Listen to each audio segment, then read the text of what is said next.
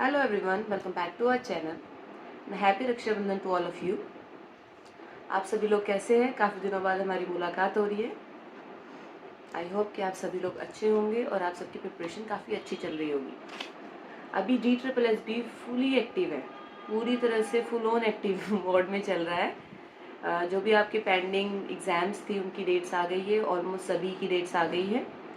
तो अभी जो आपकी प्रिपरेशन है वो भी आपके फुल स्विंग में चलनी चाहिए। जिस तरह से DSSB चल रहा है, जो इसकी स्पीड है फ़िलहाल, ऐसा लग रहा है कि जॉइनिंग भी आपकी 6 to 8 मंथ में मिल जाएगी, अगर सब कुछ सही रहता है तो इसी स्पीड से चलता रहता है। So today we will talk about the sources of DSSB PGT English. ऐसे नहीं DSSB PGT इंग्लिश के लिए ये, वो बाकी एग्जाम्स में भी आपके लिए इतने ही यूज़फुल होंगे। We will talk about both online and offline sources. So पहले आ जाते हैं बुक्स के ऊपर जो मैं यूज़ कर रही हूँ। ये एकदम जो बच्चे अभी रिसेंटली बिगनर्स हैं उनके लिए है बेसिकली। जो पहले से ही प्रिपेयर कर रहे हैं वो इन सोर्सेज से गो थ्रू कर चुके होंगे, वो बाकी फर्दर अपनी प्रिपरेशन में लगे हुए, फर्दर रीडिंग में लगे हुए होंगे। सबसे पहले तो PGT इंग्लिश के लिए मैं आपको बता दूं कि सबसे ज़्यादा ज़रूरी है रीड करना। ठीक है, रीडिंग बहुत ज़रूरी है, क्योंकि जिस तरह की DSSB अभी मैंने जो एग्ज़ाम दिया है जुलाई में दिया था, एंड देन अभी 4 अगस्त को मेरा जो एग्ज़ाम हुआ था, तो इससे जो लगता है DSSB ने अपना पैटर्न काफ़ी, मतलब जो क्वेश्चंस आ रहे हैं वो अंडरस्टैंडिंग बेस्ड आ रहे हैं। मोस्टली क्वेश्चंस आपके अंडरस्टैंडिंग बेस्ड है। तो जो आपकी अंडरस्टैंडिंग बनेगी वो आपकी बनेगी ज़्यादा से ज़्यादा रीडिंग से। इंग्लिश थियोरेटिकल जो सब्जेक्ट्स है वो मोस्टली आपसे यही मांगते हैं कि आप ज़्यादा से ज़्यादा अपने टॉपिक को थॉरली रीड करें, उसकी अंडरस्टैंडिंग बनाएं। ठीक है, तो अब आ जाते हैं रिसोर्सेज के ऊपर। बुक्स, सुधीर के अरोड़ा, मैं ये वाली बुक यूज़ कर रही हूँ, देख लीजिए आप। ये वाली जो मैंने भी आपकी तरह ही यूट्यूब से शुरुआत की थी कि देखने के लिए कि बुक्स कौन कौन सी यूज़फुल है, तो मैंने शुरुआत इसी से की थी। सुधीर के अरोड़ा से मैंने शुरुआत की थी और इसके अंदर जो ऑथर्स है मैंने उनको देखा था। ठीक है, लेकिन फिर मुझे ये एक तरह से ना पूरा, मतलब सोर्स है, ठीक है, शुरुआत के लिए अच्छा है। कुछ आपको टॉपिक्स इसमें बहुत अच्छे मिलेंगे, जैसे रोमांटिक लिटरेचर जो है इसमें बहुत अच्छा है, रोमांटिक रिवाइवल। बट उसके अलावा मुझे काफ़ी इसके अंदर बहुत सारे टॉपिक्स ऐसे नहीं, मतलब नहीं मिले जो मुझे लगा कि इम्पॉर्टेंट है। बहुत सारे राइटर्स हैं ऐसे जो काफ़ी इम्पॉर्टेंट है, बट वो इस बुक में नहीं है। देन मैंने फिर आगे लिटरेचर इन योर फिस्ट, ये वाली जो बुक है bye Prem Shankar Pandey, UGC net की बुक है। ये बुक जो है मुझे काफ़ी यूज़फुल लगी। इसमें सारे ही तो मुझे टॉपिक्स मिल गए, जो मतलब एटलीस्ट सारे ऑथर्स मिल गए। आप इसको अगर देखेंगे तो इसमें सारे ही ऑथर्स हैं। उसके बाद इसको जो मेरा पढ़ने का तरीका था वो थोड़ा डिफरेंट था, उसको भी हम डिस्कस करेंगे। पहले हम रिसोर्सेज के बारे में, बुक्स के बारे में डिस्कस कर लेते हैं। जैसे कि सुधीर के अरोड़ा मैंने सबसे पहले शुरू किया था इसी से पढ़ना, बट मुझे लगा नहीं कि पूरी तरह से, मतलब मेरा जो रिक्वायरमेंट है उसको फुलफिल कर रही है। दैन फिर मैंने और रिसोर्सेज को ढूंढने, फिर मुझे ये वाली बुक मिली, world literature in your feast by Prem Shankar Pandey. तो दूसरा रिसोर्स आपका ये रहेगा। ठीक है, इसके बाद जो प्रीवियस ईयर क्वेश्चंस है ना मेरे, वो बहुत इंपॉर्टेंट रिसोर्स रहा है मेरे लिए, क्योंकि इससे मुझे पता चला कि DSSB किस तरह के क्वेश्चंस पूछ रहा है, किस किस राइटर को इम्पोर्टेंस दे रहा है। बेशक वो राइटर्स ना आए, बट कुछ ना कनेक्शन मिल जाता है आपको। मतलब जब आप रीड करते हो ना, प्रीवियस ईयर क्वेश्चंस लगाते हो और उनको थॉरली रीड करते हो, अपनी अंडरस्टैंडिंग बनाते हो, तो आपको समझ आता है कि प्रीवियस ईयर क्वेश्चंस क्यों इंपॉर्टेंट है। वही मुझे समझ आया। जैसे मैंने ये यूट्यूब पे बताया था किसी ने कि सुधीर के अरोड़ा आप यूज़ कीजिए, बहुत अच्छी बुक है। तो मैंने जब प्रीवियस ईयर क्वेश्चंस उठाए तो मैंने देखा ये बुक सफिशिएंट नहीं है। फिर मैंने जो दूसरी बुक ये bye Prem Shankar Pandey, world literature, मैंने इसको यूज़ किया और इसमें मुझे काफ़ी क्या, मतलब अच्छी बुक है, काफ़ी अच्छी बुक है। आपका 70% सिलेबस इससे कवर हो जाएगा। आई एम सेइंग 70% ओनली, क्योंकि 30% इज़ योर अंडरस्टैंडिंग, जो इसमें नहीं मिलेगी। उसके लिए आपको जो रीडिंग है वो, मतलब थॉरली आपको अपने कंटेंट को, अपने सिलेबस को रीड करना होगा, अपने सब्जेक्ट को रीड करना होगा। एंड देन एक है मेरा अभी जो मैं शुरुआत करी है बुक, एक नई बुक मंगाई है मैंने, क्योंकि जब मैंने पेपर दिया तो मैंने देखा कि डायरेक्ट क्वेश्चन DSSB नहीं पूछ रही है। अगर डायरेक्ट क्वेश्चन पूछती है राइटर्स के ऊपर, तो ये वर्ल्ड लिटरेचर सफिशिएंट है बुक, लेकिन वो डायरेक्ट नहीं पूछ रही, वो आपकी अंडरस्टैंडिंग बेस्ड पूछ रही है। तो अभी मैंने ये वाली मंगाई है, एक an introduction to English criticism, अभी वो मेरी चल रही है। तो इसमें आपको काफ़ी वही बात है कि आपको रीड करना पड़ेगा। अगर आपको थोड़ा अंडरस्टैंडिंग चाहिए तो आपको रीड करना पड़ेगा। अभी तो मेरे एग्ज़ाम ज़्यादा अच्छे नहीं हुए, मैं एक्सपेक्ट कर रही हूँ 170 to 180 मार्क्स मेरे आएंगे, बट मुझे लगता है वो काफ़ी मेरे हिसाब से जैसे मेरी प्रिपरेशन बहुत ज़्यादा नहीं हो पाती है। तो उस हिसाब से मुझे लगता है कि अच्छे मार्क्स, मतलब ठीक है मार्क्स, ऐसे नहीं बहुत अच्छे हैं बट ठीक है, ओके ओके, मतलब थोड़ा और प्रिपेयर में कर पाती है अच्छे से तो वो 200-220 तक चले जाते हैं ईजिली। लेकिन कोई बात नहीं, अभी और मैंने अभी भी होप नहीं छोड़ी है। आगे जो अभी जो वैकेंसी आई है 2025 में जो एडवर्टीजमेंट आई है 012025, तो उसमें 12 सीट्स है जनरल की, उसमें काफ़ी सीट्स हैं, तो अभी मैं उसके लिए प्रिपेयर कर रही हूँ और होप उम्मीद है कि शायद इसमें हो जाएगा। इसके बाद ये जो an introduction to English criticism by B Prasad, ये वाली मैं शुरू की है। आप लोग अगर बिल्कुल बिगिनर है तो आप शुरुआत करेंगे वर्ल्ड लिटरेचर से शुरुआत कर दीजिए। सुधीर के अरोड़ा में मुझे कुछ ऐसा खास दिखा नहीं, उसमें बस एक टाइमलाइन है जो कि आपके लिए यूज़फुल रहेगी। अगर वो टाइमलाइन आपको चाहिए तो मैं वो शेयर कर दूंगी आप लोगों के साथ, अगर आपको चाहिएगी। बस उसमें एक टाइमलाइन है, वैसे वो जो टाइमलाइन है ना वो मैंने अपनी बुक, मैंने जो शॉर्ट्स डाले हुए उसमें मैंने शेयर किए, जो मैंने अपनी अंडरस्टैंडिंग से वो जो बनाई है वो उसमें भी कर दी है। ऐसे कुछ खास इसके अंदर है नहीं। World literature in your feast, ये वाली बहुत अच्छी बुक है, बहुत अच्छी बुक है। ये बुक मैंने खरीदी नहीं है, काफ़ी कॉस्टली भी है, तो मैंने क्या किया, मैंने पीडीएफ इसकी अरेंज कर ली।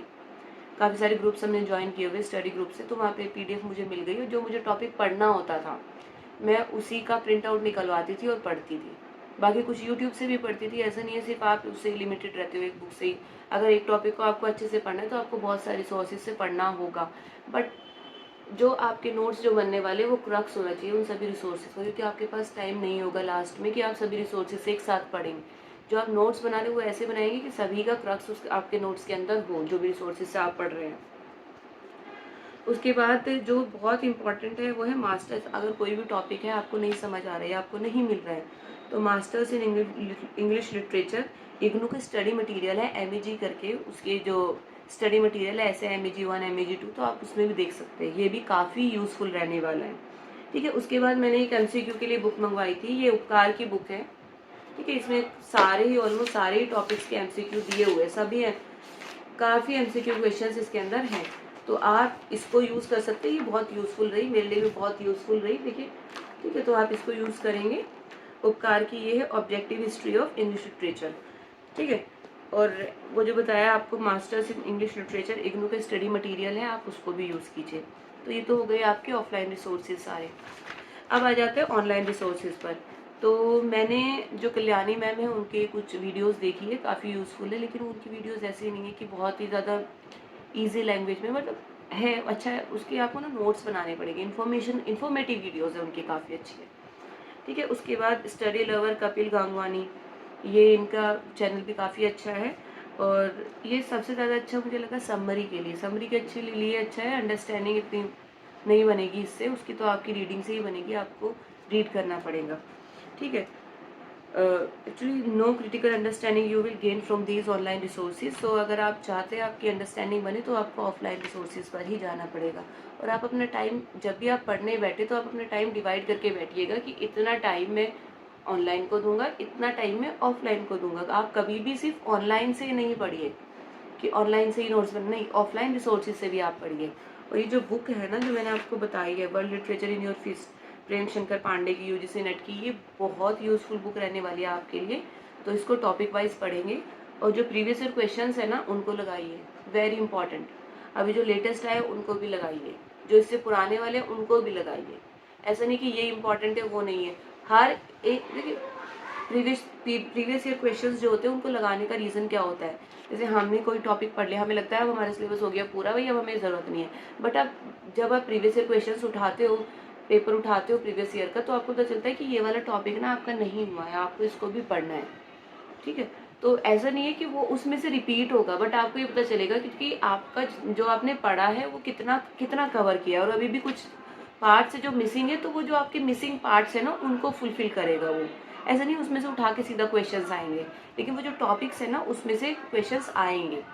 और आपके जो गैप्स रह जाते हैं ना आपकी प्रिपरेशन में, प्रीवियस ईयर क्वेश्चन पेपर उन गैप्स को फिल करता है। तो प्रीवियस ईयर क्वेश्चन पेपर बहुत ज़रूरी होता है, तो आप उसको ज़रूर कीजिए। ठीक है, दूसरा, मुझे जो मैराथन वगैरह होते हैं मुझे कभी समझ नहीं आया, मुझे नहीं समझ आते, मुझे उन टीचर्स का बिल्कुल समझ नहीं आता जो बातें करते रहते हैं, है ना। पढ़ाई के बीच में मुझे लगता है कि नहीं, बातें नहीं होनी चाहिए, बाकी आपका सबका पढ़ने का तरीका होता है। मेरा ये है कि आप सीधा मुझे कंटेंट पे लेके चलो और मैं वही वही पढ़ूंगी, मुझे नहीं मतलब बातें मुझे करने में बिल्कुल इंटरेस्ट नहीं आता। जब अलग से हम उसकी बात कर रहे हैं, किसी दिन अलग से भी बात कर लो आप, जैसे प्रीवियस ईयर क्वेश्चन किया मतलब कट ऑफ कितने जा सकती है, इस तरह से ये जो डिफ़िकल्टी लेवल था, ये सब बातें मुझे लगता है कि आप अलग से कर लो। बट जब आप पढ़ा रहे हो तो आप पढ़ाओ। तो मैराथन में मुझे लगता है वो मुझे नहीं समझ आते। एक तो इतना लंबा भी मुझे नहीं समझ आता। मैंने जो फॉर्म फिल किया था शायद दिसंबर 2023 में किया था, एंड देन फिर 2024 में भी किया था, और तब से मैं धीरे धीरे धीरे धीरे अपनी प्रिपरेशन में लगी हुई हूँ। क्योंकि बीइंग अ मदर टाइम नहीं होता, बीइंग अ वर्किंग प्रोफेशनल आपके पास टाइम नहीं होता। फुल टाइम जॉब है आपके पास, उसके बाद आपके पास एक बेबी भी है, एंड देन घर के भी काफ़ी सारी चीज़ें मैनेज करनी होती, तो आपके पास इतना टाइम नहीं होता कि आप अ, लगातार तैयारी करते रहो, लगातार प्रिपरेशन करते रहो, बहुत लंबे टाइम तक एक साथ एक बार बैठ जाओ, तो नहीं होता ये। लेकिन आप ये अपनी प्रिपरेशन अगर कंटिन्यू रखोगे, कंटिन्यूस वे में आप चलाते रहोगे ना, चल करते रहोगे प्रिपेयर, तो आप देखना कि आप सक्सेस आपको ज़रूर मिलेगी। जो आपकी डेस्टिनेशन कुछ नहीं होता, ये एक जर्नी है जो आपको चलते रहनी है। अब देखो जैसे मैंने अभी एग्ज़ाम दिया, अभी 2 एग्ज़ाम दिए मैंने, देखो होपफुली हो जाए तो हो जाए, नहीं होए तो अब मुझे बैठना नहीं है। नहीं होगा, होगा। देखो मेरा काम है सिर्फ प्रिपेयर करना। अब उसके बाद सिलेक्शन में बहुत सारी चीज़ें काम आती है, आपका लक काम आता है। आपको जो सिलेक्शन है वो सिर्फ आपकी प्रिपरेशन पर डिपेंड नहीं करता, बहुत सारी चीज़ें होती है, जैसे आपका लक भी होता है। जैसे आपने कुछ प्रिपेयर किया, अब शिफ्ट में एग्ज़ाम्स आते हैं, किसी शिफ्ट में ईज़ी आ जाता है, किसी में मुश्किल आ जाता है, और सिर्फ ऐसा नहीं ईज़ी और मुश्किल आ जाता है, ये भी होता है कि आपने कोई टॉपिक पढ़ा हुआ है, वो आपकी शिफ्ट में ना आके दूसरी शिफ्ट में आ गया, है ना? आपकी शिफ्ट में वो टॉपिक्स आ गए जो आपने नहीं पढ़ा। तो बहुत सारी चीज़ें होती है, आपका लक फैक्टर भी होता है। तो ऐसा नहीं है, कभी भी ना निराश नहीं होना इन चीज़ों की वजह से। आपको बस कॉन्टिन्यूअसली प्रिपेयर करते रहना है। स्पेशली बहुत सारी हाउसवाइफ्स हैं, गेस्ट टीचर्स हैं जिनका काफ़ी टाइम से नहीं हुआ है, तो उन लोगों के लिए भी कि आप लोग भी कॉन्टिन्यूअसली अपनी प्रिपरेशन करते रहें। लाइफ में चीज़ें आती रहती है, जाती रहती है, बट वो है कंटिन्यूटी बना के रखिए। अब मैं 2023 में मैंने सबसे पहले फॉर्म फिल किया था, और मैं तब से लगातार धीरे-धीरे थोड़ा-थोड़ा कर रही हूँ। देखिए मेरे नोट्स बन जाते हैं, मुझे पता नहीं चलता कब में बन जाते हैं, क्यों बन जाते हैं, क्योंकि मैं थोड़ा-थोड़ा करती रहती हूँ। क्यों करती रहती हूँ? क्योंकि मैं चाहती हूँ, मुझे ये पसंद है। सबसे बड़ी चीज़ तो ये होती है ना, आप कोई चीज़ क्यों कर रहे हो? अब जॉब तो मेरे पास है, ऐसा नहीं कि बहुत ज़्यादा डिफरेंस आ जाएगा, 4600 से 4800 बहुत ज़्यादा डिफरेंस नहीं आएगा। बट ये मुझे पसंद है, मुझे पढ़ना पसंद है, मुझे पढ़ाना पसंद है। ऐसा लगता है जब ये चीज़ पसंद है, कर रही हूँ तो मैं ये नहीं सोच रही कि मेरा रिज़ल्ट क्या रहेगा, प्रिपरेशन का रिज़ल्ट क्या रहेगा, बस मुझे करना है, प्रिपेयर करना है। क्यों? क्योंकि मुझे अच्छा लगता है, मुझे पढ़ना अच्छा लगता है, मुझे पढ़ाना अच्छा लगता है। जैसे ये वाली जो बुक है, ये मैंने मँगाई है, वो ऐसे ही मँगाई, रीडिंग के लिए मँगाई है। ऐसा नहीं है कि मुझे इससे बहुत ज़्यादा मतलब कंटेंट से रिलेटेड है मेरे। बस ये कि मेरी अंडरस्टैंडिंग बनेगी टॉपिक की, और मैं चाह रही हूँ जैसे-जैसे एज होती है ना, आपको समझ में आता है कि ऊपर-ऊपर से नहीं होती चीज़ें। आपको कोई भी चीज़ कर रहे हो ना, आपको उस लेवल तक करनी है कि आप सैटिस्फाइड हो जाओ। जैसे जितने भी एग्ज़ाम्स जैसे मैंने दिए, दोनों एग्ज़ाम दिए, तो मुझे वो गैप पता चले कि मेरी मेरी जो प्रिपरेशन है उसमें गैप्स क्या कहाँ पर है, क्या-क्या गैप है। तो मुझे लगा कि ये बुक उसको उन गैप्स को ब्रिज करने में मेरी हेल्प करेगी। तो मैंने इसको मँगा लिया, और ऐसा नहीं है अभी इसको करूँगी फिर मैं एक और बुक सोची हुई है कि वो भी मँगानी है मुझे। इससे पहले थोड़ा-सा ये हो जाए मेरी फिनिश, मैं ऐसे नहीं करती, एक साथ पाइल अप करके नहीं रख लेती। अब वो हो गया तो फिर ये मँगा ली मैंने। तो मतलब ये है कि आप, ये एक जर्नी है आपकी। प्रिपरेशन आपकी एक जर्नी है, ठीक है? प्रिपरेशन क्या, आपकी लाइफ़ ही जर्नी है। तो आपको इस जर्नी को खुशी के साथ, अपने कुछ जो आपके लाइफ़ में इम्पोर्टेंट चीज़ें, आपके प्रिंसिपल्स हैं, उनके साथ, कंटिन्यूटी के साथ चलते रहना है, निरंतर चलते रहना है। ठीक है, यही आपकी अभी आप, चलो ठीक है, अभी आपके लिए गवर्नमेंट जॉब बहुत ज़रूरी है, आपकी जॉब बहुत ज़रूरी है, तो उसके लिए भी यही है। लेकिन जो हमारे बड़े बूढ़े हैं वो ऐसे ही नहीं बोलते हैं, एक्सपीरियंस के साथ बोलते हैं कि slow and steady wins the race. तो आप पेशेंस रखें, अपनी प्रिपरेशन कंटिन्यू रखें, एक एक पेस पे आप चलते रहें। आप कोई भी दिन ऐसा ना जाने दें जिस दिन आपने प्रिपेयर नहीं किया।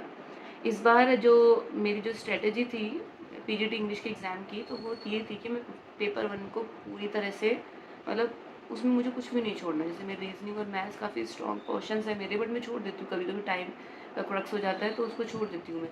बट इस बार मैंने सोचा नहीं छोड़ना, और ऐसा नहीं है कि मैंने कोई ख़ास प्रिपेयर नहीं किया था फर्स्ट पेपर 1 के लिए, बट फिर भी मेरा जो स्कोर है 76-78 के आस-पास नज़दीक है मेरा। जिसमें मुझे लगता है मेरी जीएस में कमी रह गई, क्योंकि मैंने जीएस बिल्कुल प्रिपेयर नहीं किया। प्रिपेयर क्या नहीं किया, टाइम ही नहीं मिलता है। अब नहीं मिल पाता टाइम। शादी होने के बाद लड़कियों को बिल्कुल टाइम नहीं मिल पाता।